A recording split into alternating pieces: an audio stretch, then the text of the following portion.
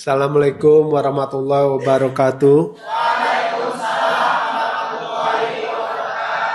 Salam sejahtera bagi kita semua. Yang saya hormatin Bapak Aidil sebagai Kepala Sekretariat Partai Rakyat Indonesia. Yang saya hormatin Bapak Rifki sebagai Wakil Direktur Eksekutif Partai Rakyat Indonesia. Yang saya hormatin Bapak Immanuel sebagai Wakil Direktur Eksekutif Rakyat Indonesia. Yang saya hormatin Bapak Sultan sebagai Wakil Direktur Eksekutif Partai Rakyat Indonesia.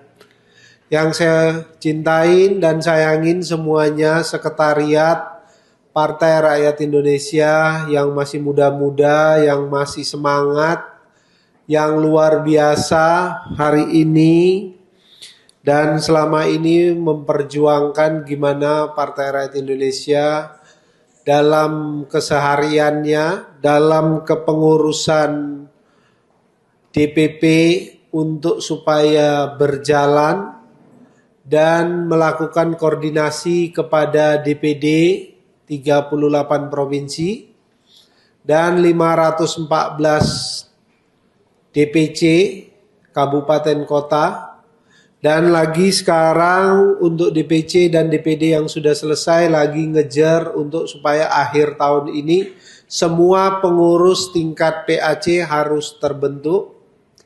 Semua untuk alat peraga sudah dipersiapkan dan dilakukan oleh Bapak Wakil Direktur Eksekutif. Dan juga sistem digitalnya untuk gimana DPP dengan DPD dengan DPC itu supaya sistem digitalnya terkoordinasi dengan baik sampai nanti tingkat PAC, dan sistem digitalnya juga akan terkonek sampai tingkat ranting, anak ranting, dan juga nanti sampai saksi yang untuk mengawasin setiap masing-masing TPS.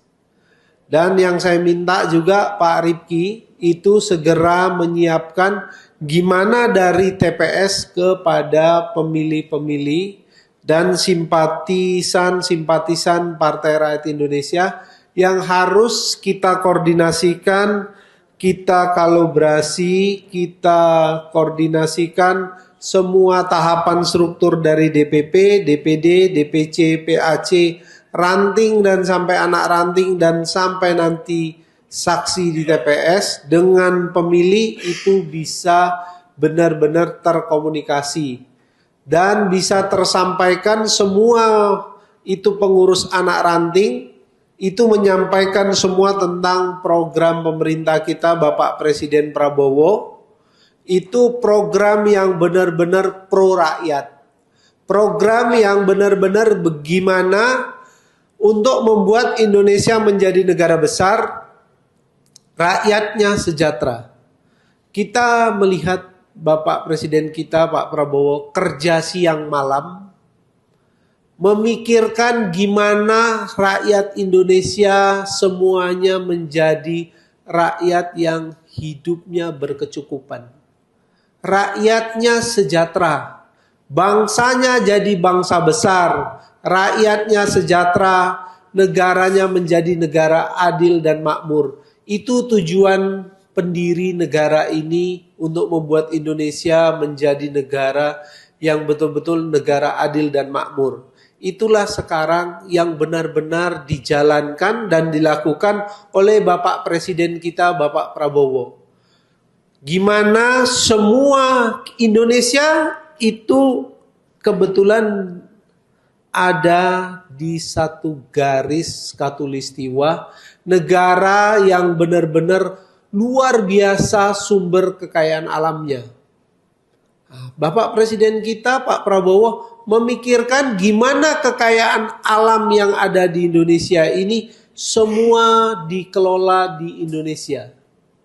Dibangun hilirisasinya, diberdayakan semaksimalnya untuk kesejahteraan rakyat Indonesia. Apa saja program yang dibangun Bapak Presiden? Contohnya program MBG. Program MBG ini adalah program yang benar-benar menyelesaikan banyak persoalan. Salah satunya tentang gizi anak-anak rakyat Indonesia 82 juta. Bayangin 82 juta setiap hari dikasih makan sama negara. Negara ingin nanti anak-anak Indonesia benar-benar ke depan menjadi anak-anak yang luar biasa SDM-nya. Terus juga dengan adanya dapur MBG itu tujuannya membangun ekonomi rakyat. Gimana pertanian kita nanti jadi lebih maju. Kita sekarang sudah swasembada pangan. Supaya semua pertanian yang ada bukan hanya beras. Nanti pertanian cabai, bawang putih, sayur mayur, tomat, pisang.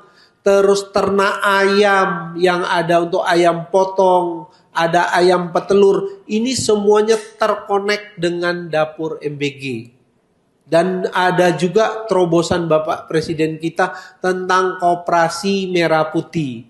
Koperasi Merah Putih adalah membangun satu ekosistem bisnis yang benar-benar dimiliki oleh semua rakyat Indonesia. Yang mana Koperasi Merah Putih dengan nanti adanya banyak pengusaha-pengusaha baru, banyak para ekonom-ekonom baru yang di tingkat desa. Pak Prabowo ingin sangat sekali melihat desa kita menjadi desa-desa yang maju. Kalau desanya maju, pasti kecamatannya maju.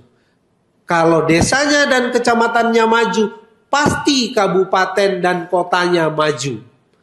Kalau desanya maju, kecamatannya maju, kabupaten kotanya maju, pasti provinsinya maju.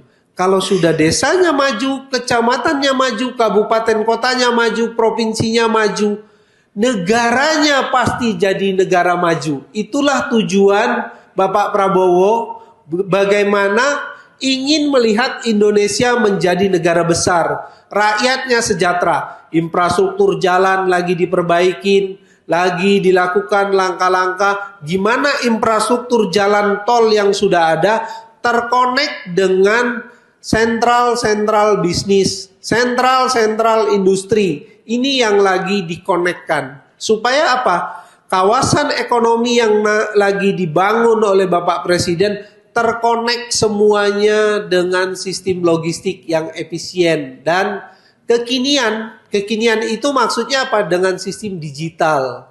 Dengan sistem yang betul-betul terkontrol. Sistem logistik yang efisien. Dengan hilirisasi yang dibangun dengan cara-cara yang modern.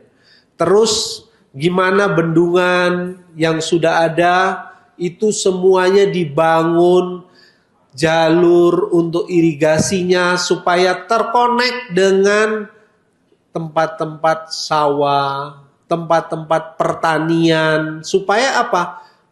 Sawahnya hasilnya bisa maksimal. Sawahnya bisa menjadi petani-petani kita benar-benar ekonomis. Kenapa? Pak Prabowo juga sudah memikirkan supaya semua gabah tidak ada lagi permainan tengkulak, tidak ada